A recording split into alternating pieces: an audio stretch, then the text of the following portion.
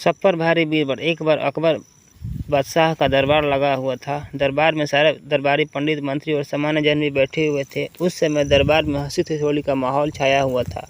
सब उसी में मशगूल थे। अकबर भी बहुत खुश नजर आ रहे थे। लेकिन एक बात थी जो अकबर को हमेशा ही खटकती रहती थी, वह यह कि राज दरबार के सभी दरबारी बीरबल के फैसले से बहुत जलते थे। बीरबल के आगे उनके फैसले की एक नहीं चलती थी। इसलिए दरबारियों को बीरबल से बहुत ईर्ष्या थी, लेकिन वह बीरबल के सामने बोलने की हिम्मत जुटा नहीं पाते थे। बीरबल की दरबार में अनुपस्थिति होने पर अकबर हमेशा बीरबल की प्रशंसा के पुल बांधते रहते थे।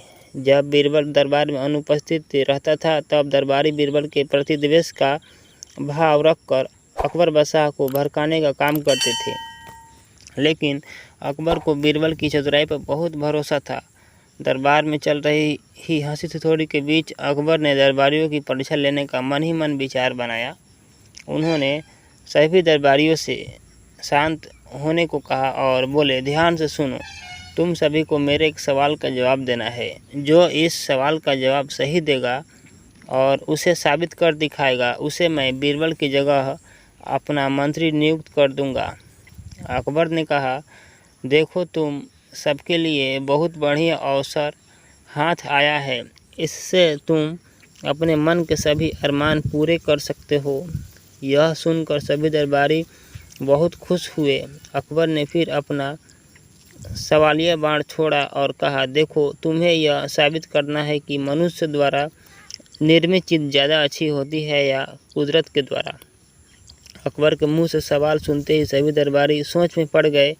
अकबर ने उन्हें पूरे 1 हफ्ते का समय दिया और कहा, अगले शुक्रवार को जब दरबार लगेगा तो तुम्हें खुद को सबसे श्रेष्ठ साबित करना है। सब दरबारी अपने अपने घर को हो लिए। सभी इसी सोच में डूबे थे कि इस बात को कैसे साबित किया जाए। लेकिन किसी में इतनी चतुराई भी तो नहीं थी जितनी कि बीरबल में। सारे दरबारियों में से किसी को भी इस सवाल का हल नहीं मिल पाया।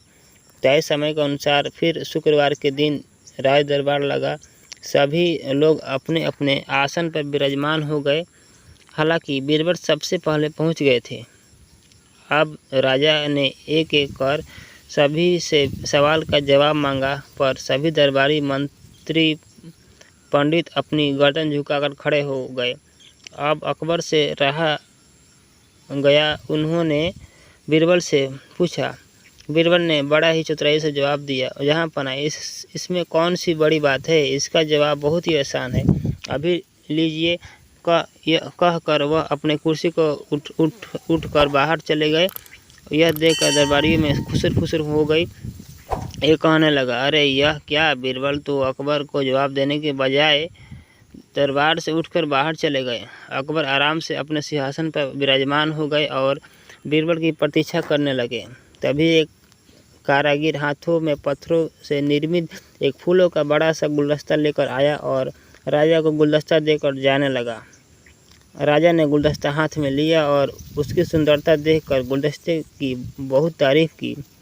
अपने खजाने के मंत्री को आदेश दिया कि इस कारीगर को 1000 स्वर्ण मुद्राएं इनाम के तौर पर दी जाए।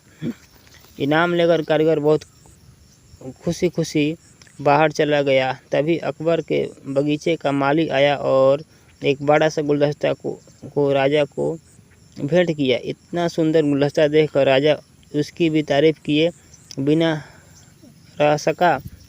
अकबर ने फिर अपने मंत्री को आदेश दिया और कहा कि माली को 100 चांदी की मुद्राएं इनाम के तौर पर दी जाए। बस फिर क्या था, राजा का इतना आदेश हुआ कि बीरबल चतुराई भरा मुंह बनाकर दरबार में दाखिल हुए। पहले तो अकबर बीरबल पर बहुत नाराज हुए और कहने लगे, शायद सभी दरबारी ठीक ही कहते हैं। मैंने ही तुम्हें ज़रूरत से ज़्यादा तवज्जो दी है, इसलिए तुम यूं बीच में ही राज दरबार छोड़कर चले गए और मेरे सवाल का जवाब भी नहीं दिया।